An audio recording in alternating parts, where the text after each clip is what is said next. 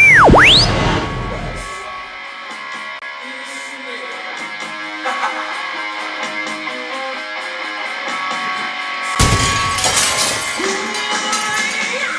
are back live. It's your Bolo Punch Boxing Hour, brought to you by George Rogie Insurance, www.bolopunchboxinghour.com, streaming to you live on Ustream.tv. On the phone right now, I have got Steve 2-Pound Forbes. Steve, what is going on with you, man?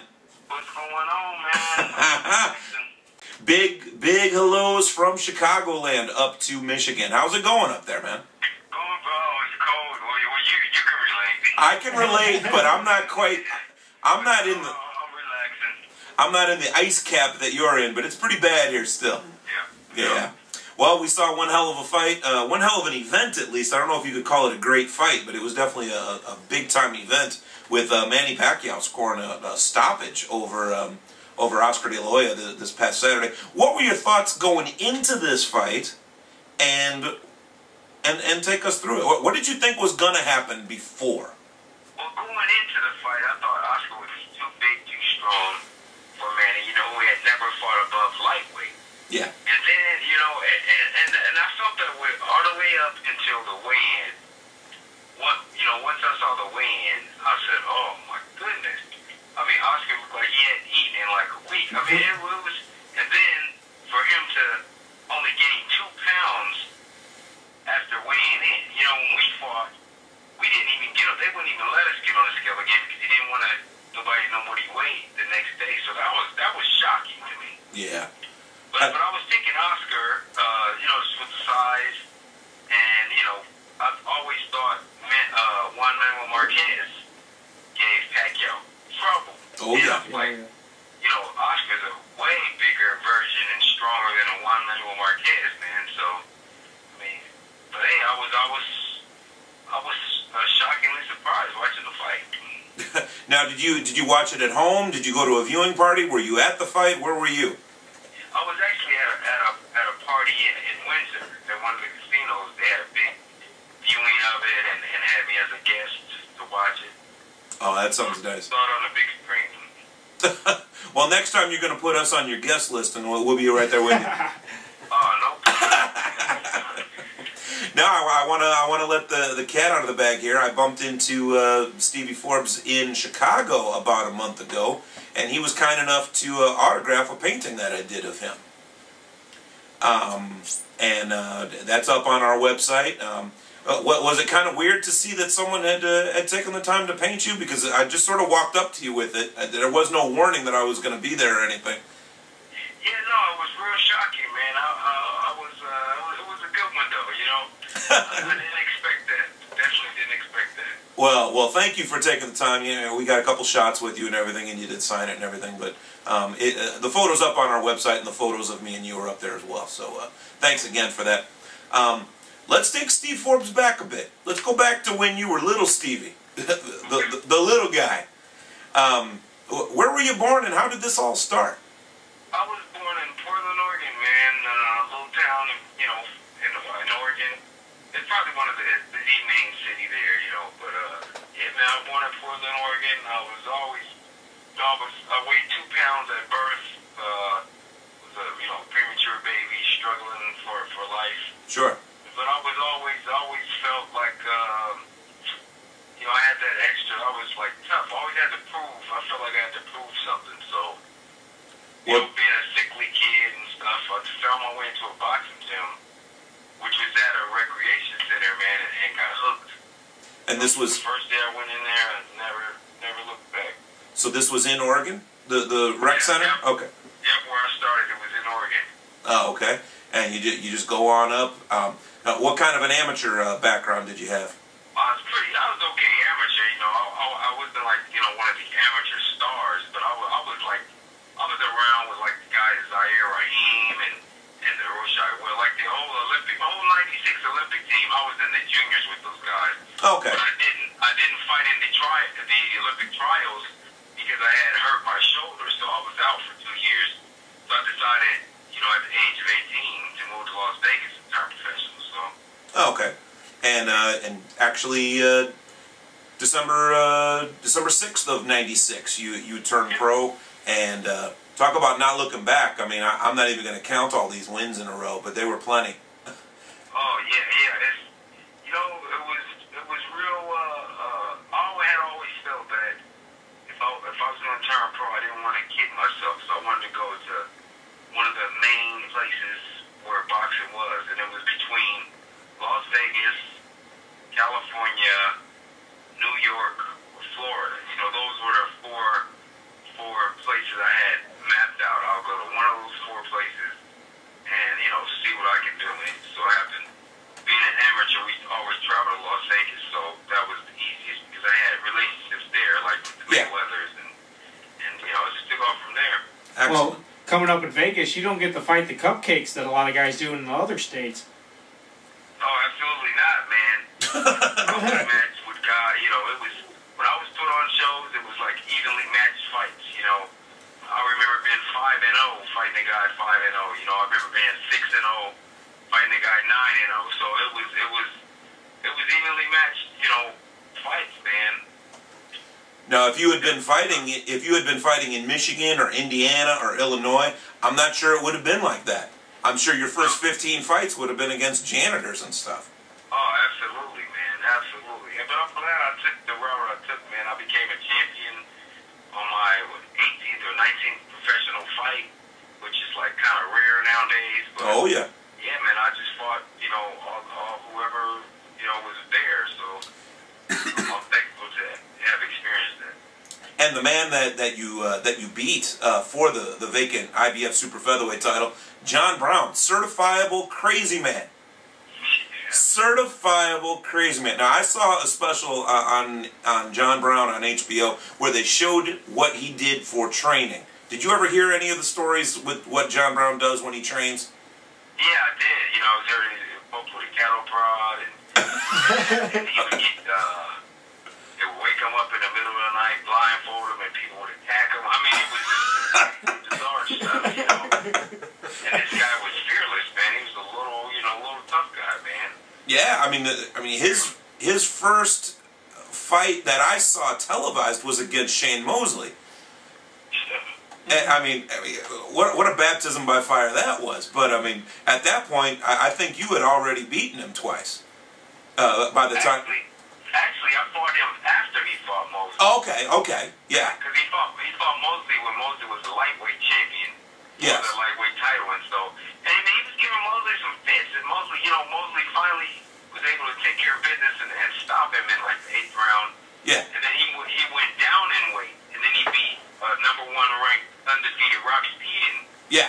And I beat David Santos, so we both met for the vacant title. But he was tough, man. He was a tough guy. Oh, he would like rappel down mountains and I mean, just ridiculous stuff. I mean, it worked for him. I mean, he didn't win too many fights in the upper echelon like you did, but yeah, I mean, definitely a tough little guy.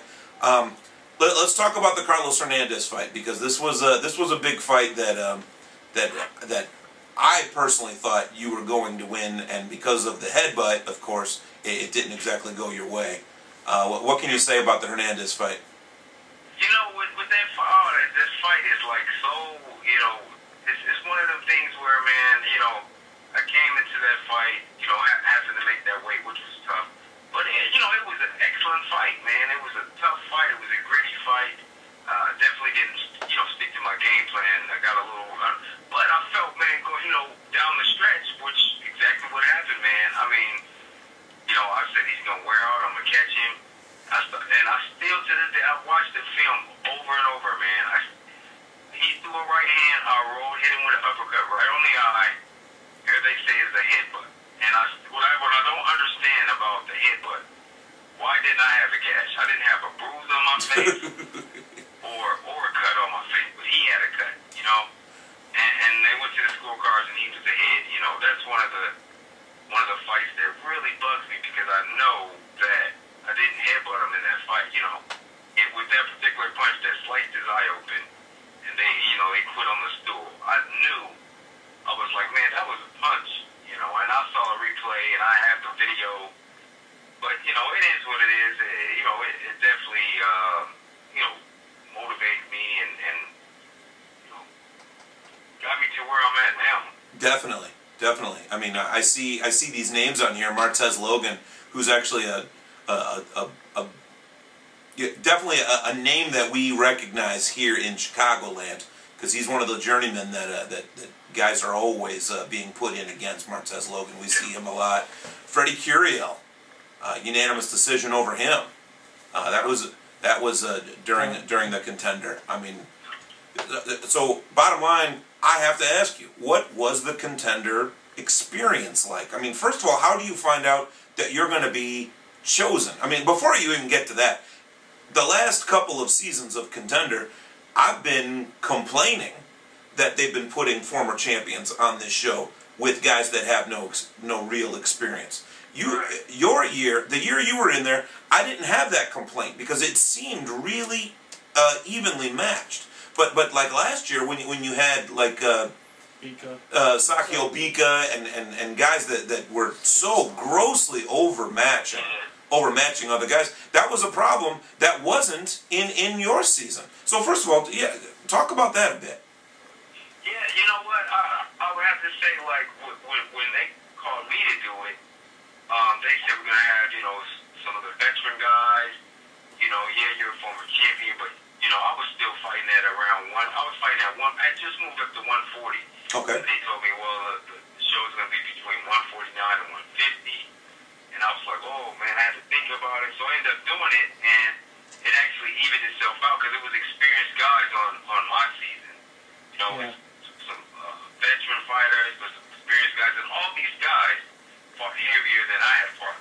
Yeah. Because I had moved up to super lightweight, maybe for like 2 or 3 fights.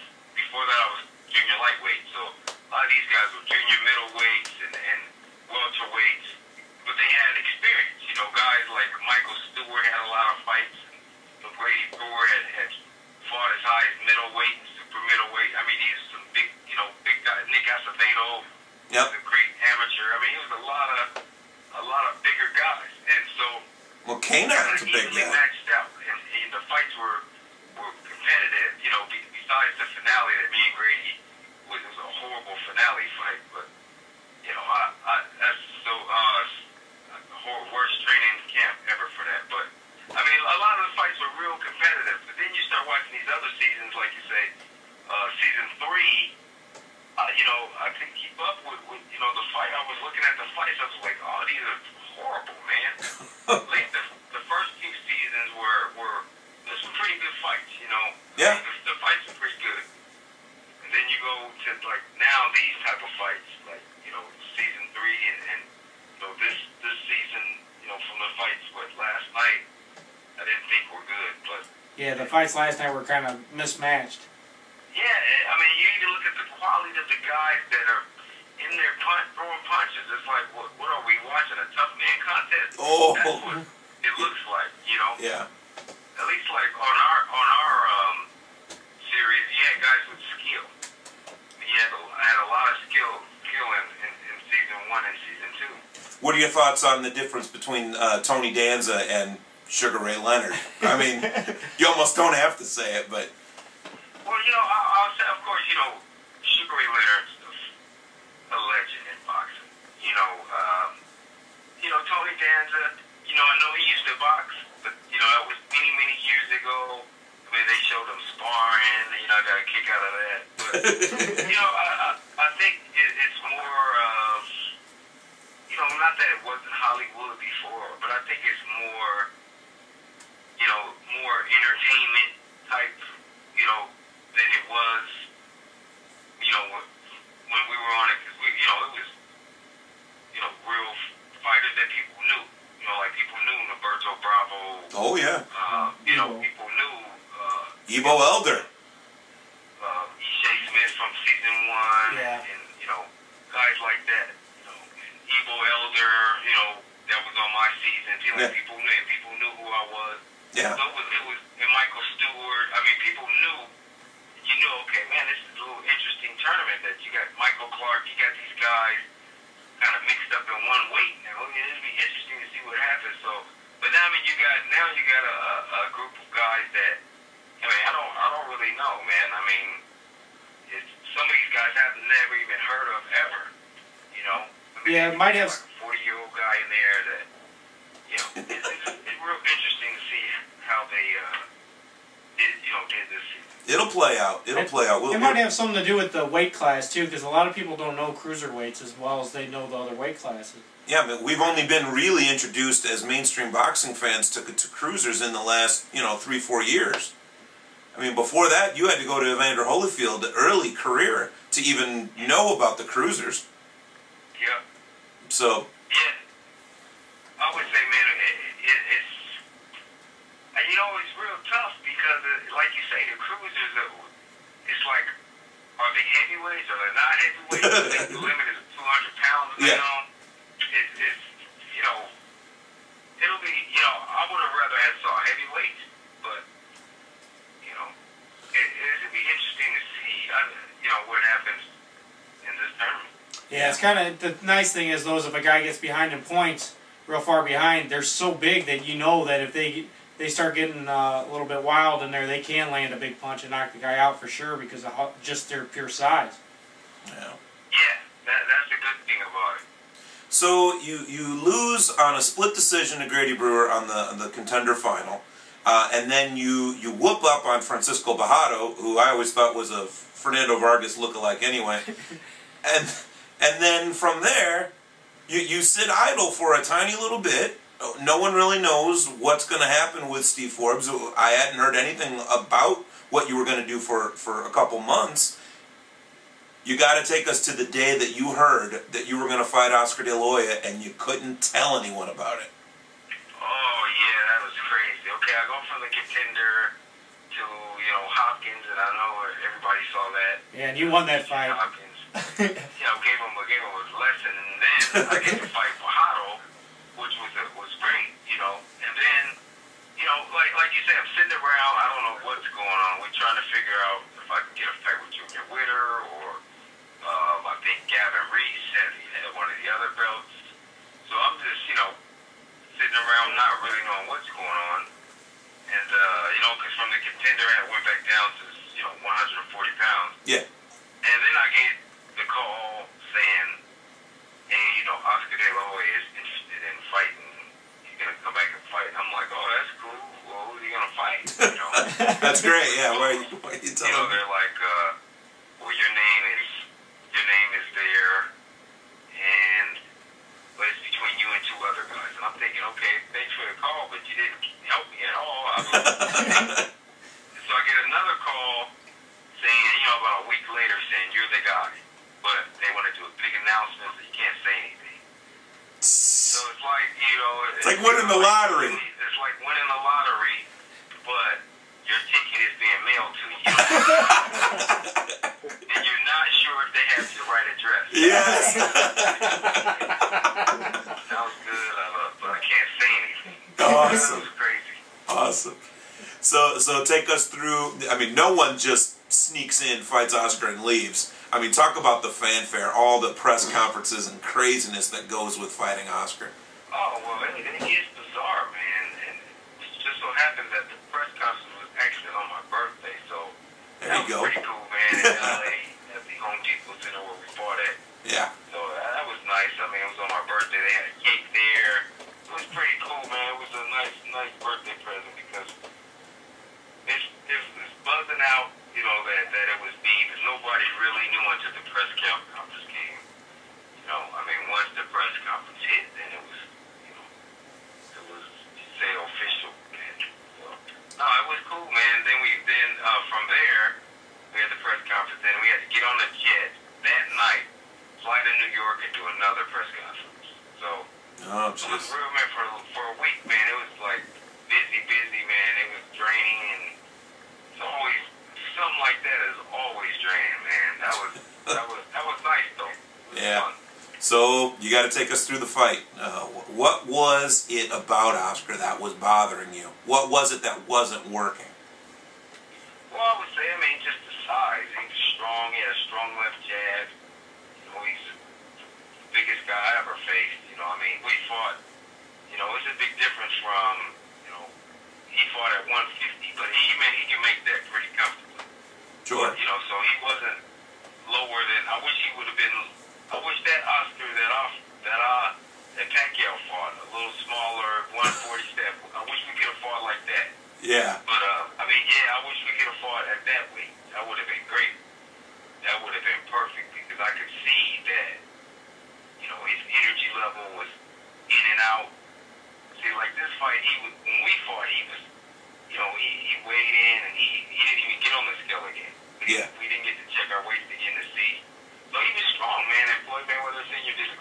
I mean, that family's trained me my whole life, so I knew he was going to be in great condition. Sure. And so he was a big guy, man, big, strong guy with a good, hard left hand. I mean, you know, you got to look before. When I fought him, his last fight was Floyd Jr. And that was a split decision against the pound-for-pound king, so I knew it was going to be a very good, tough Oscar. So I just, you know, went in there and tried to do what I could do, but I knew, you know, I had never fought that heavy ever in my life. Yeah. So at 150 pounds, I never weighed that heavy. So do you think it was good, you know, I knew it was going to be tough, but I was able to, you know, do some damage myself. You sure were. And it was a great experience for me. I'm telling you right now, I stood in the living room during that 12th round and clapped for you because you ended that fight like a champion.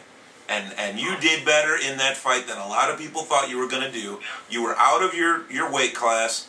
You were in there with one of the best fighters to grace a ring in 30 years, and you stood there like a man, and you took everything you had. You did not get knocked out, and you simply lost a close decision. No. Beautiful stuff. And as a fan, I thank you for that fight. Oh, thank you. I appreciate it. Oh, yeah. now you said you did some damage to him in that fight, and some of that damage that you did, do you think some of that transferred over that Pacquiao seen some holes in his game? Absolutely, man. It's funny because my manager actually talks to Freddie Roach, and they were saying, oh, man, what Steve was doing to him, we definitely saw what he was vulnerable for, man, and jumped on him. But, you know, I broke his orbital bone in his eye. Yeah. I did some damage to his, you know, his ribs and stuff. Like, there's a lot of stuff that never got put out there, but, you know, I knew about it because he didn't come to the party after the fight. He went to the hospital. And this is stuff that, you know, nobody talked about, but it was stuff that was, information was given to me that I was like, where's Oscar? You know, he's like, oh, man, he's in the hospital, you know. So you're at the part. So you're at the part. Really rough on him. So you're at the after party with a drink in your hand, and he. I'm there with Richard Schaefer and everybody. And there's no Golden Boy there. And Golden Boy's not there. No. Oh, that's got to make you feel pretty good. That's got to make you feel really. Yeah. A lot of people don't know that, man, but you know our camp knows it. Well, we just put it out there right now. And he didn't come. He said he went to the doctor or the hospital, and he was rough on him. So, wow. I kind of knew that I was a physical fight. Sure. And it looked like his last 3 fights, Floyd, myself, and now Pacquiao. It took something out of him, man. I would say because he came down in weight each fight too, man. He fought Floyd Jr. at 154. He fought me at 150. Then coming down to 145, man. That and not only that, but being in tough fights, man. So what? Is he gonna fight Nate Campbell at lightweight now next month? What the hell's he? Yeah, I don't know. I think he would be crazy to continue fighting. I think that was it, man. I think if he had any thoughts of coming back, regardless of how he looked, I think it was a done deal once Pacquiao did that to him. I think, it's over. It should be. Well, enough about Oscar. What is next for Stevie Forbes? That's what we want to know. Well, Stevie Forbes, man, is, of course, I'm going back to my 140 pounds, and we'll see, man. I'm looking to hopefully fight. I would love to fight late February or March sometime. It's just, that's it, man. Just, I'm going to enjoy the holidays and really start mapping out 2009, man. Hopefully by the end of the year, I could be in another big fight and win a championship. That's my plan. So 09's no more the big guys. That's not my thing. I'm a super lightweight. Yeah. At most, and that's it. Just want to continue and get the fans some good fights, man, and show my skills in there. Someone wanted to know if there's any chance of an Andre Berto rematch. No, I mean the welterweights. I'm done with the welterweights. Yeah, that's what you were saying with the weight, the weight difference. Yeah, the weight is a big. You can feel the difference in there. Okay. I mean, you can just feel the difference. Excellent. Not my weight. Yeah. Okay. If he comes down in weight, I wouldn't mind it. I don't think that happening though. No, I don't think that's going to happen. Not as long as he has a belt. I don't think. But all right. Well, Steve Forbes, you didn't have to take the interview, but you did, and I thank you for that. And if we don't talk to you before Christmas, you have an awesome Christmas, a great New Year, best to your family, and I just wish the best for you, man. Like I said, I've been a fan of yours since before the Contender, so thank you again. Thank you, I appreciate it. Thanks a lot. No problem. We'll talk to Steve Forbes later on. And this is your Bolo Punch Boxing Hour, brought to you by George Rogie Insurance, www.bolopunchboxinghour.com, streaming to you live on Ustream.tv.